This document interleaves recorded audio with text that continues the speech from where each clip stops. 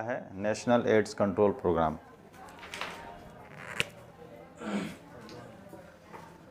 National AIDS control programme. India में पहला case जो है एड्स का 1986 में डिटेक्ट हुआ था, समझिए। 1986 में पहला केस डिटेक्ट हुआ और 1987 में national AIDS control programme launch हो गया। क्योंकि इससे पहले जो है पूरे वर्ल्ड में एक तरह से बहुत ज़्यादा हाहाकार मचा हुआ था एड्स को लेकर के, कि बहुत सारे पेशेंट्स जो है इसमें आपको एक साथ देखने को मिल रहे थे। ये भी एक तरह का एपिडेमिक ही माना जा रहा था। तो इस वजह से इंडिया में इतनी जल्दी जो है ये प्रोग्राम लॉन्च कर दिया गया। इसमें ए स्टैंड करता है एड्स को, AIDS। इसका फुल फॉर्म जो है ये आपको पता होना चाहिए, बहुत कॉमन है। क्या है, कोई बताएगा? हाँ, वेरी गुड। तो जो भी बेसिक डेफिनेशंस हैं वो हमेशा आपके टिप ऑफ टंग होना चाहिए, उसमें कोई स्लिप नहीं करना है, ठीक है। एक्वायर्ड इम्यूनो डेफिशिएंसी सिंड्रोम 1987 में क्या हुआ, ये प्रोग्राम लॉन्च हो गया था। अब इसमें लिखेंगे लॉन्च इन 1987।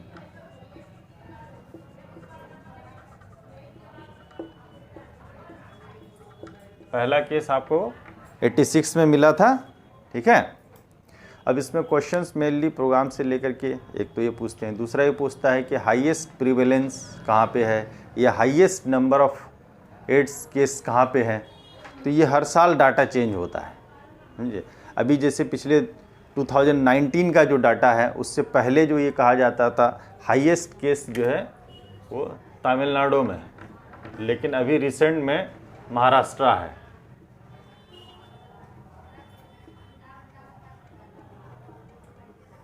रिसेंट में आपका महाराष्ट्र है। उसी तरह से आपको हाईएस्ट प्रिवेलेंस ये जनरल किसी भी मोड ऑफ ट्रांसमिशन के थ्रू यहाँ पे, यानी टोटल केसेस जिसको बोलेंगे, यानी प्रिवेलेंस।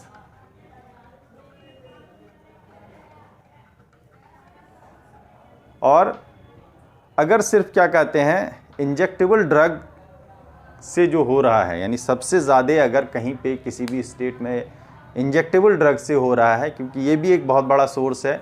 सोर्स ऑफ इन्फेक्शन क्या है, किस तरह से ट्रांसमिशन एड्स का कैसे होता है? ब्लड के थ्रू, अनप्रोटेक्टेड सेक्स के थ्रू, यही है ना। या फिर क्या कहते हैं ब्लड ट्रांसफ्यूजन के थ्रू, ठीक है, या अनयूजुअल सेक्स के थ्रू, ये भी है। या फिर आजकल जो ड्रग लिया जा रहा है, इंट्रावेनस जो ड्रग्स होते हैं, तो उससे बहुत ज़्यादा वो भी हो रहा है, समझिए। इंजेक्टेबल ड्रग, ठीक है। इसके वजह से जो है इंजेक्टेबल ड्रग जो है, इसके वजह से सबसे ज़्यादा कहाँ पे हो रहा है? पहले मिज़ोरम में था, नहीं सॉरी, पहले त्रिपुरा में था, अब मिज़ोरम है। तो आपको बहुत सारे बुक में क्या मिलेगा? त्रिपुरा मिलेगा, लेकिन अभी जो है वो मिज़ोरम में मिलेगा आपको सबसे ज़्यादा, ठीक है। इस तरह से क्वेश्चन आ सकते हैं कि इंजेक्टेबल ड्रग यूज़र सबसे ज़्यादा कौन से स्टेट में है। तब आप लोग एग्ज़ाम देंगे अगले साल, हो सकता है कि ये 2021 का डाटा उस वक्त पब्लिश हो जाए, तो वो डाटा आपको देख के जाना है। उसी तरह से आपको रिसेंट डाटा किस चीज़ का होना चाहिए? इन्फेंट मोर्टेलिटी रेट का, मैटरनल मोर्टेलिटी रेट का, क्योंकि ये चेंज होता रहता है, चेंज होगा ना।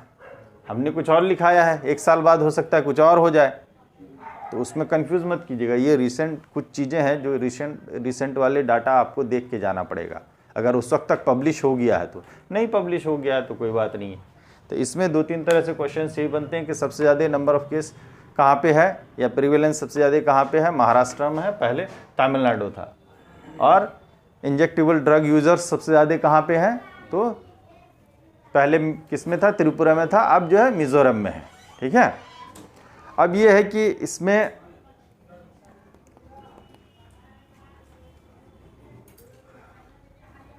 जो नॉर्मल रूट ऑफ ट्रांसमिशन है किस तरह से है वो सब डिटेल में हम बताएंगे नहीं, वो तो चूँकि आगे जब एड्स पढ़ेंगे ना, एपिडेमियोलॉजिकल डिजीज़ में जब उसको पढ़ेंगे तो फिर हम डिटेल में आपको बताएंगे। रेट्रोवायरस है किसके थ्रू होता है, रेट्रोवायरस के थ्रू होता है, लेकिन इसमें जो मेनली है जो प्रोग्राम को कवर करेंगे। प्रोग्राम में क्या कहते हैं, 1986 का हमने बता दिया, उसके बाद 1987 में लॉन्च हो गया। अब आप एक वर्ड आता है इसी में नाको बोल के, क्या होता है नाको, नेशनल एड्स कंट्रोल ऑर्गेनाइजेशन, जिसमें आपने देखा होगा कि रिबन का, रेड कलर का रिबन जो इस तरह करके ये वाला रेड कलर का रहता है, ये इसका सिंबल है नाको का, ठीक है। तब ये कब लॉन्च हुआ था, ये 1992 में, 1992 में ये जो है नेशनल एड्स कंट्रोल प्रोग्राम जो है, ये जो है फेजेस में लॉन्च होते हैं, यानी पहले 5 साल के लिए हुआ, उसके फिर 5 साल के लिए हुआ। तो जो नेशनल एड्स कंट्रोल प्रोग्राम जो फेज वाइज शुरू होता है, पहले कुछ साल जो है ऐसे ही चले, पहला फेज यानी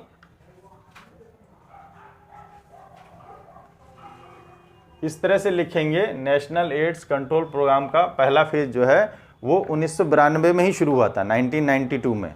इससे कंफ्यूज मत कीजिएगा कि जब ये 1992 में शुरू हुआ तो इससे मतलब पहले नहीं था, ये पहले था, वो ऐसे ही चल रहा था, लेकिन जो एक फेज वाइज जो शुरू किया गया वो 1992 में पहला फेज में आ गया। उसी फेज में क्या कहते हैं, नाको का एस्टेब्लिशमेंट हुआ है।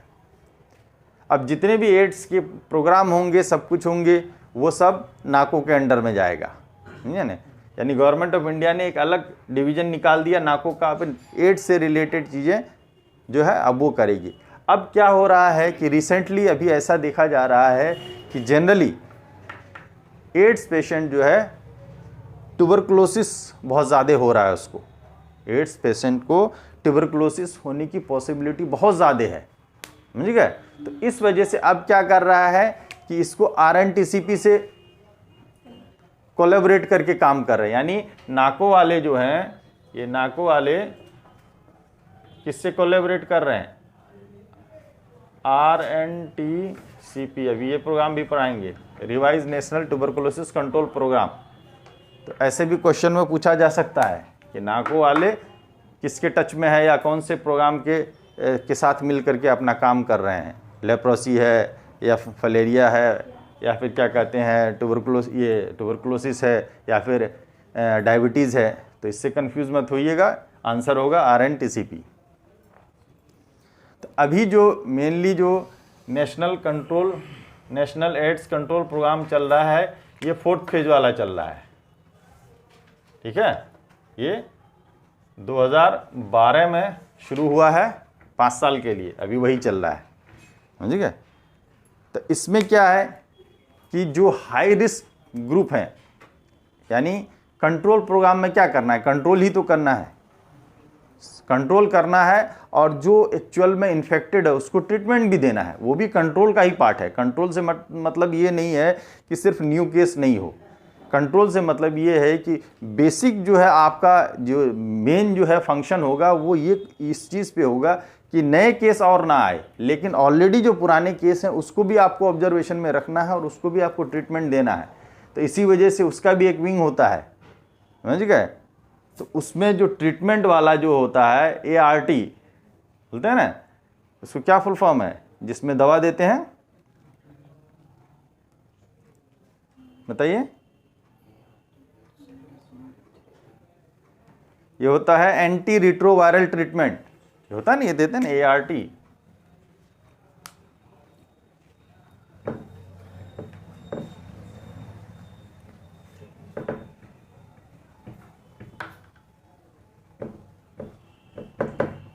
तब क्वेश्चन बन गया कि नाको जो है कब लॉन्च हुआ, 1992 में, ठीक है। अब उसमें काम किस पे कर रहा है, वो जनरली हाई रिस्क ग्रुप में। अब पूछेगा जैसे हाई रिस्क ग्रुप कौन कौन है, क्या लिखेंगे, हाई रिस्क ग्रुप। इसमें जो है हाई रिस्क ग्रुप में पूछता है, एक वर्ड इस तरह से लिखा आता है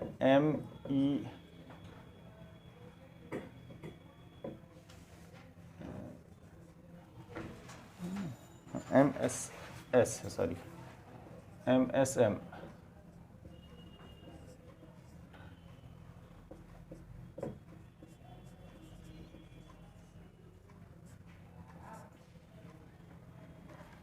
शॉर्ट फॉर्म में आपको MSM मिलता है, IDU मिलता है, FSW मिलता है। ये हो गया मैन सेक्स विथ मैन यानी गे, ठीक है, इसको गे बोलते हैं। अनयूजुअल सेक्स हो गया ये, इसकी वजह से तो ये वर्ड आपको लिखा हुआ मिलेगा MSM, man sex with man. तो इससे कंफ्यूज मत होइएगा। मान ली लिखी क्वेश्चन आ जाएगा MSM is related to which control programme, या कौन से प्रोग्राम से रिलेटेड है, तो आप यहाँ पे एड्स कंट्रोल प्रोग्राम से रिलेटेड करेंगे। IDU अभी जैसे मैंने बताया इंजेक्टेबल ड्रग यूजर्स, जो लोग ड्रग लेते हैं, वो हो गया। FSW फीमेल सेक्स वर्कर,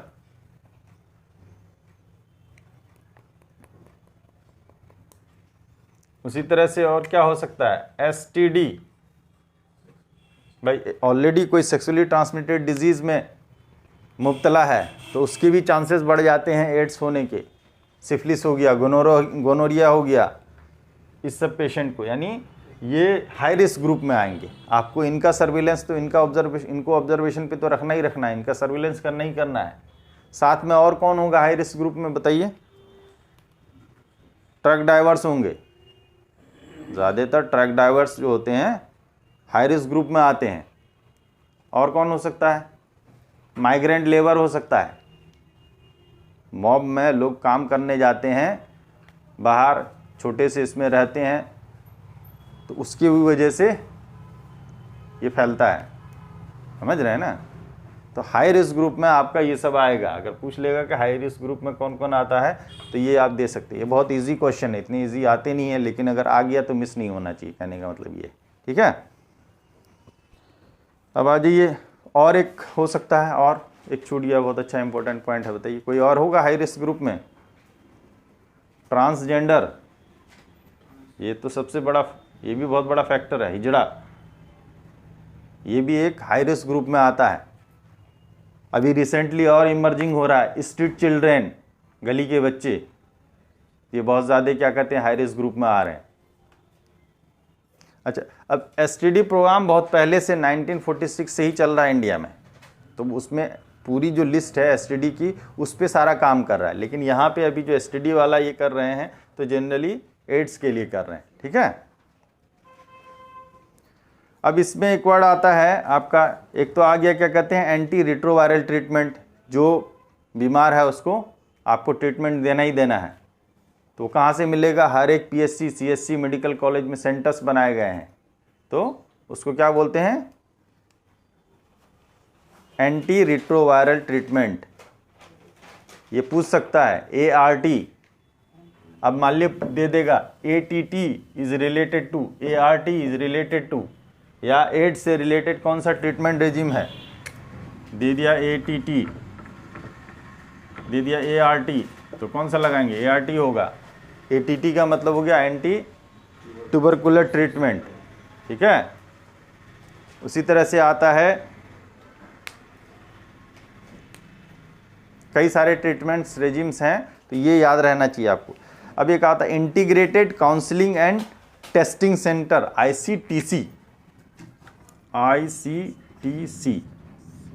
ये एड्स कंट्रोल प्रोग्राम ही के अंदर में जो आएगा, ये integrated counselling and testing centre. इसमें क्या होता है, नाम से ही जाहिर हो रहा है कि काउंसलिंग किया जाता है किसके लिए? जो लोग हाई रिस्क ग्रुप में है उसकी काउंसलिंग की जाएगी, ताकि क्या कहते हैं न्यू केस डिटेक्ट हो सके इजीली।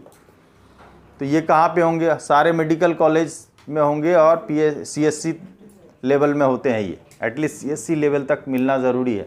PSC में ना हो या सब सेंटर पे ना हो, लेकिन CSC लेवल पे ये आपका क्या कहते हैं मिलना ज़रूरी होता है। ये न्यूली ये सब ऐड हुए हैं ICTC, ये हो सकता है टेक्स्ट बुक में आपको नहीं मिले। तो क्या है इसका full form? Integrated counselling and testing centre, ICTC।